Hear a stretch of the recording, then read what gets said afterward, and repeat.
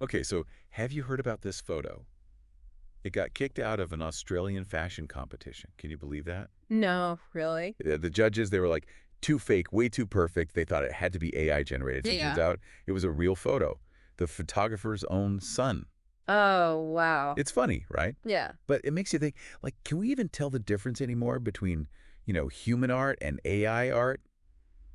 And should we even care? Right. That's what we're diving into today. This whole crazy world of AI art. And can it, like, really touch that deep down feeling of the sublime? Yeah, what's so fascinating is we're seeing this play out like everywhere we look. Just a few months before that photo thing, an AI artwork won a big competition and nobody even blinked. I know, right? Yeah. It's like AI is leading this creative revolution and we're all just trying to figure out like what does it even mean? It's true.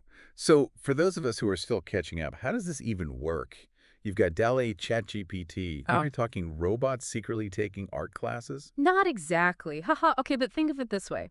Imagine if you could feed a supercomputer every image, every painting, every sculpture ever, all of art history. Okay. That's essentially what these AI systems are doing. They're analyzing huge, massive data sets, right? They're learning the patterns, the styles, how different parts of art all fit together. So instead of like a painter with a brush, you've got an algorithm with a zillion terabytes of art. Yeah, exactly. And that's where it gets really interesting because AI doesn't just like copy. It can actually blend all those influences in ways that honestly humans probably never would. So it's not just mimicking, it's creating something new. Yeah.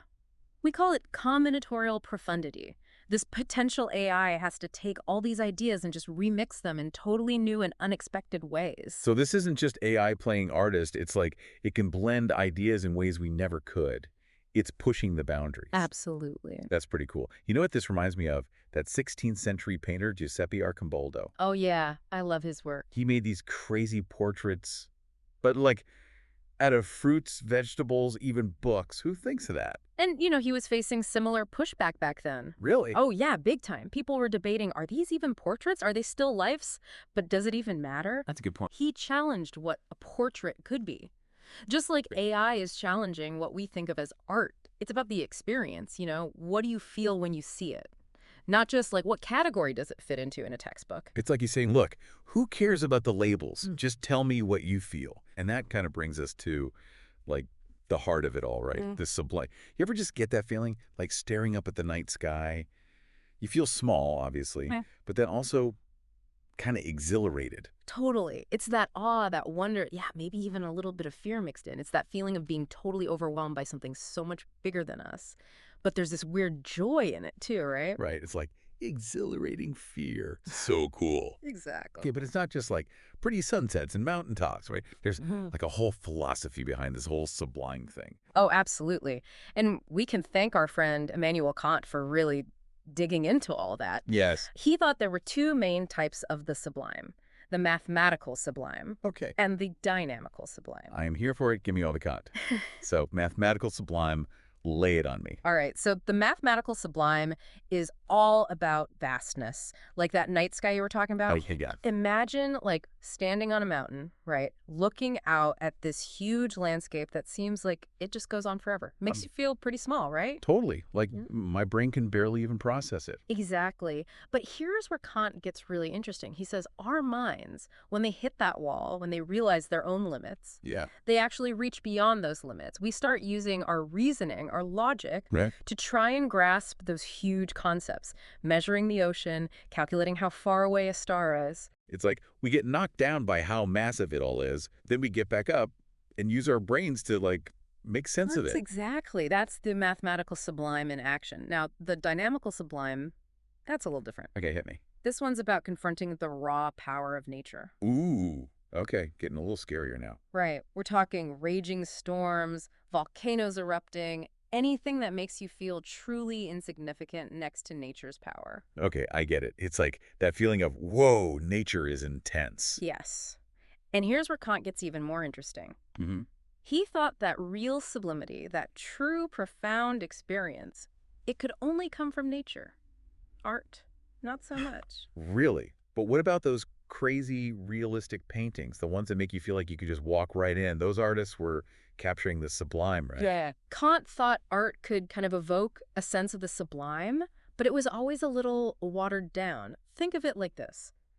A painting of a storm might make you think about a real storm you've been in, Yeah, yeah. but it can't actually replicate that raw, visceral feeling of being caught in nature's power. It's like the difference between watching a nature documentary and actually being out in a thunderstorm. Exactly. Both are cool, but one's definitely more awe-inspiring. And that's actually where AI starts to turn everything on its head, because with AI, we're not just copying nature anymore. Okay, you got me. How does AI fit into all of this? Remember those DALI images we talked about before? Those AI-generated Oh, landscapes? yeah, they were incredible. Imagine those, but like in the style of Caspar David Friedrich, that romantic landscape painter. Oh, wow. See, AI can tap into those same ideas about beauty, vastness, all the things that inspire awe and wonder, even if it's not like directly copying from nature. So you're saying AI could actually make its own version of the sublime? Exactly. Remember combinatorial profundity, Hmm. that ability to mix and remix ideas in a way humans just can't. Right, right. Like that whole Charlie Brown Middlemarch mashup. So AI can explore all these creative possibilities that are like way beyond what any human artist could even imagine. Totally. It can create endless variations and push the boundaries of what we even think of as beautiful, awe-inspiring, and yeah, even sublime. It's a whole new kind of sublime. The artificial sublime. Honestly, I don't think even Kant saw this coming. Okay, so we've got AI painting like the masters and creating these wild new worlds. But there's another side to this whole sublime thing, right? Yeah. That dynamical sublime we touched on earlier, the one Kant connects to morality. Right, right. Yeah. It's not just about being like blown away by a pretty picture. It gets deeper, right? Yeah, absolutely. Hmm. The dynamical sublime, it's not just about being overwhelmed by something vast like the ocean or the cosmos. It's more about confronting those forces that could actually destroy us. Okay. And then realizing that our moral core, like our inner principles, they're beyond their reach.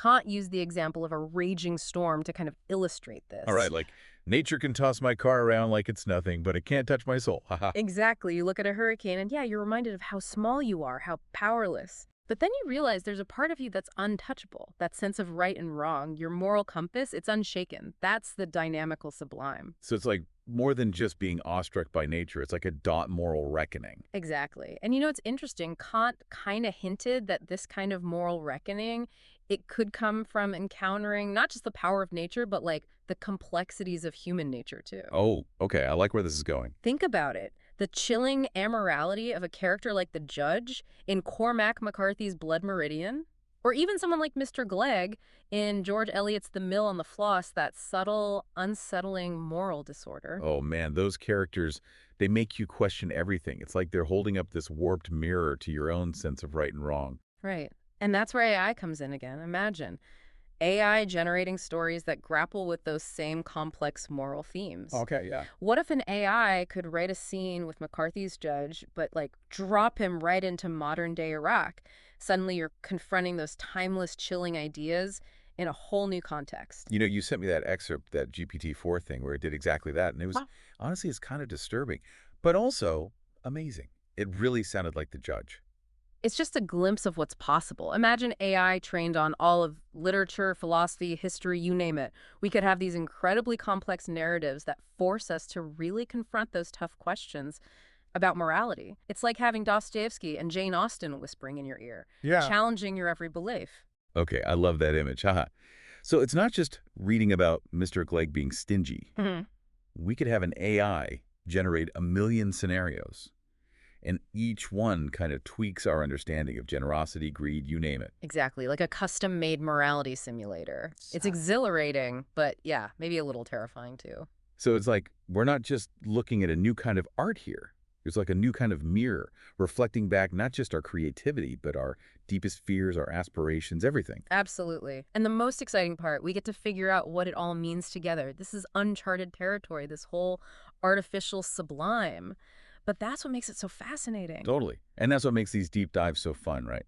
You're left with more questions than answers, but in a good way. So until next time, keep those brains buzzing, everyone.